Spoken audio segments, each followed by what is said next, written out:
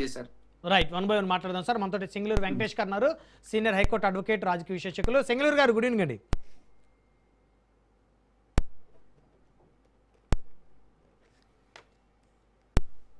Very good evening Brahmanaidu గారు. మీరేం చెప్తారు వెంకటేష్ గారు? రాజకీయ కలయికలు లేకపోతే సంస్కరణ సభలో కలయికలు ప్రస్తుతం రాష్ట్రంలో నడుస్తుంది. తెలుగుదేశం పార్టీ ఎమ్మెల్యేలు వైకాపా నేతలతో వేదికలు పంచుకోవద్దనేటువంటి ఒక స్ట్రిక్ట్ ఇన్స్ట్రక్షన్స్ నడుస్తున్నట్లు తెలుస్తోంది. ఖచ్చితంగా అండి. ముందుగా మీకు అలాగే ఛానల్ వీక్షకులకి, అలాగే ప్యానెల్లో ఉన్నటువంటి ఇతర సోదరులకు కూడా ముందుగా నమస్కారాలు.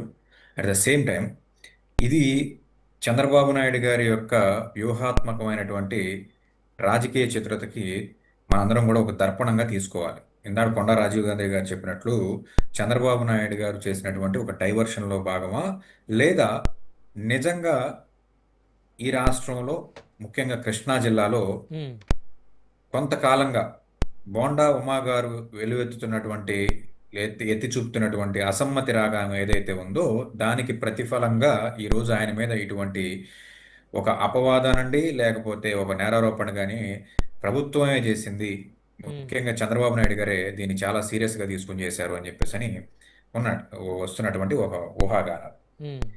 ఏదైతే ఒక సుమారుగా ఒక 15 రోజులు 20 రోజుల లోపు బోండా ఉమా గారు ఒక వ్యాఖ్య చేశారు ఒక మీటింగ్లో.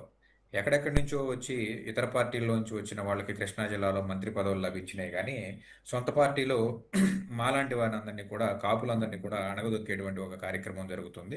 కాపులకి మంత్రి పదవి రాకుండా వెనకదోశారు కృష్ణా జిల్లాలో అని చెప్పేసి అని ఆయన బాహాటంగా వెళ్ళగట్టినటువంటి మాట వాస్తవం.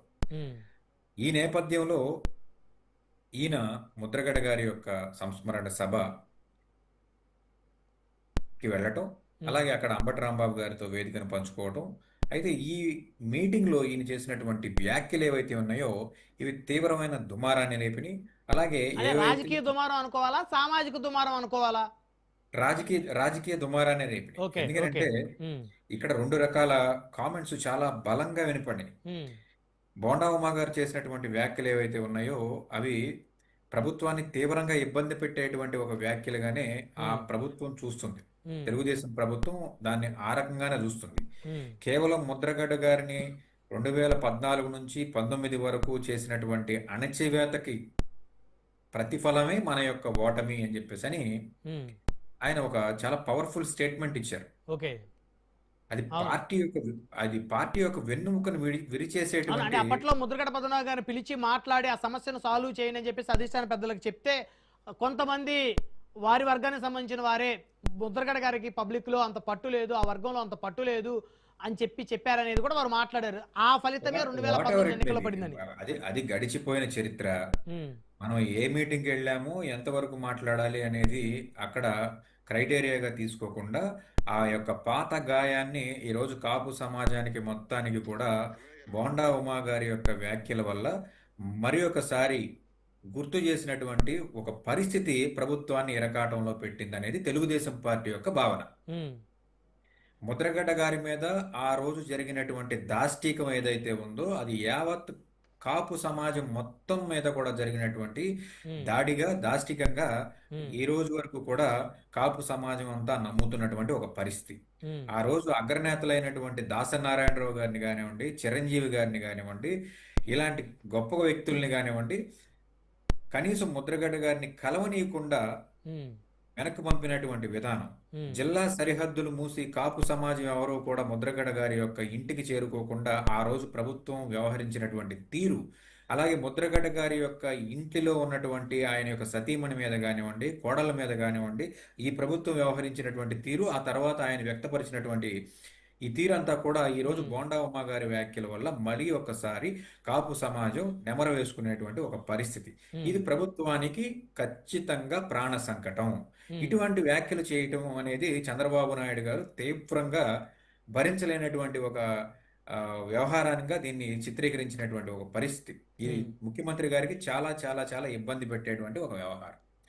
ముద్రగడ్డ గారు లేరు, ఆయన మీద జరిగినటువంటి దాష్టికం ఎవరికి గుర్తులేదు, లేదా ఇటువంటి వ్యవహారాన్ని మళ్ళీ తవ్వి కాపు సమాజానికి మొత్తం గుర్తు చేశాడు ఈయన అనే దాని మీద ఈరోజు బోండా ఉమా గారి మీద వస్తున్నటువంటి ఈ చర్యలకి ఏదైతే ఉందో దీనికి కారణభూతమైనటువంటి వ్యవహారం.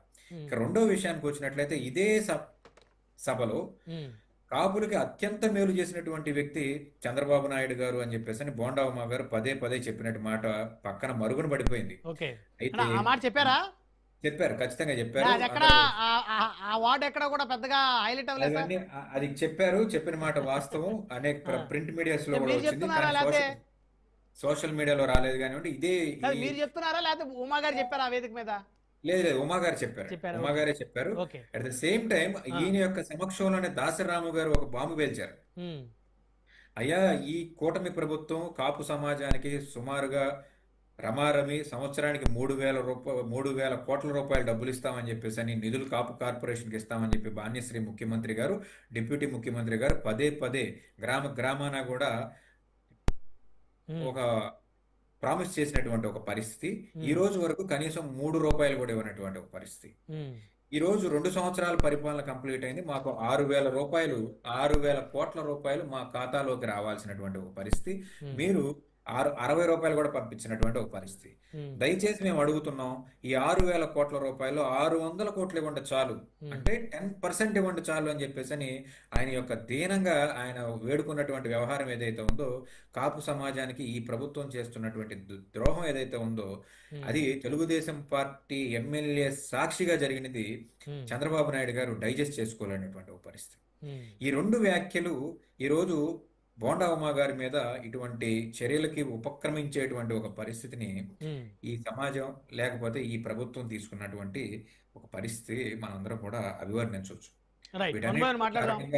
ఇంకొక విషయం కూడా ఉంది బ్రహ్మనాయుడు గారు, లెట్ మీ ఫినిష్, ఒక్క నిమిషంలో.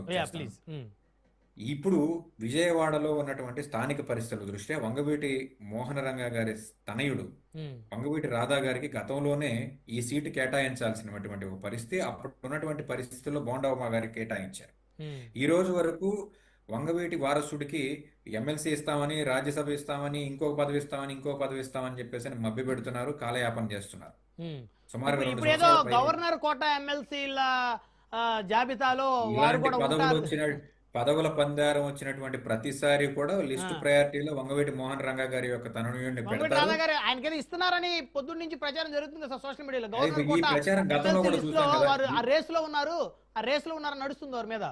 వంగవీటి రాధా గారు నాకు తెలిసినంత వరకు అతను ప్రత్యక్ష ఎన్నికల్లో పోటీ చేయాలనే ఉత్సాహంతోనే ఉన్నాడు, కానీ నామినేటెడ్ మీద ఆధారపడి రాజకీయాలు చేసేటువంటి దుస్థితిలో నాకు తెలిసినంత వరకు వంగవీటి రాధా గారు ఎప్పుడూ కూడా అలా ఆధారపడి రాజకీయం చేసే వ్యక్తి కాదు. ప్రత్యక్ష రాజకీయాల్లో పోటీ చేయాలి, అందులోనూ సెంట్రల్ నియోజకవర్గం నుంచే పోటీ చేయాలని చెప్పేసి అని ఆయన యొక్క పాత పార్టీలో కూడా, వైకాపా పార్టీలో కూడా నాకు ఖచ్చితంగా సెంట్రల్ సీట్ కావాలని ఆ రోజు విభేదించి బయటకు వచ్చాడు.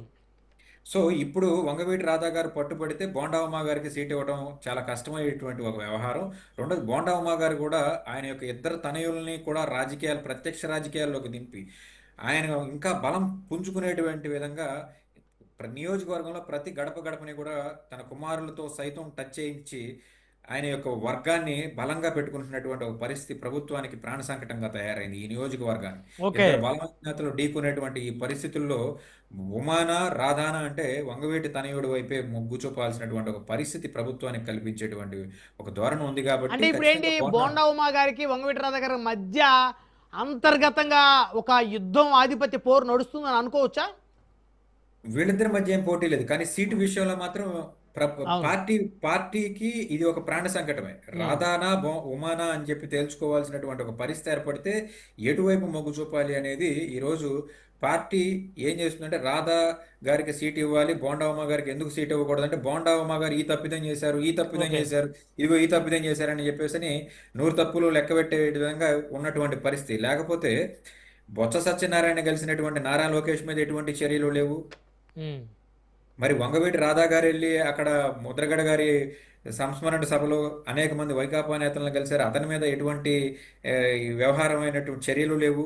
కేవలం ఉమా గారు చేసినటువంటి వ్యాఖ్యల వల్ల, లేకపోతే ఉమా గారు వెళ్ళి అంబటి రాంబాబు గారిని కలిస్తే మాత్రం ఈ ప్రభుత్వానికి ఏమైనా ఇబ్బంది వస్తుందా? మిగిలిన నేతలందరూ కూడా బాగానే కలుస్తున్నారు కదా. అవును, 1 by 1 మాట్లాడదాం సార్. డిబేట్లో ఒక షార్ట్ బ్రేక్ తీసుకుందాం, బ్రేక్ తర్వాత మళ్ళీ డిబేట్ కంటిన్యూ చేద్దాం. చూస్తూనే ఉండి రాజ్ న్యూస్.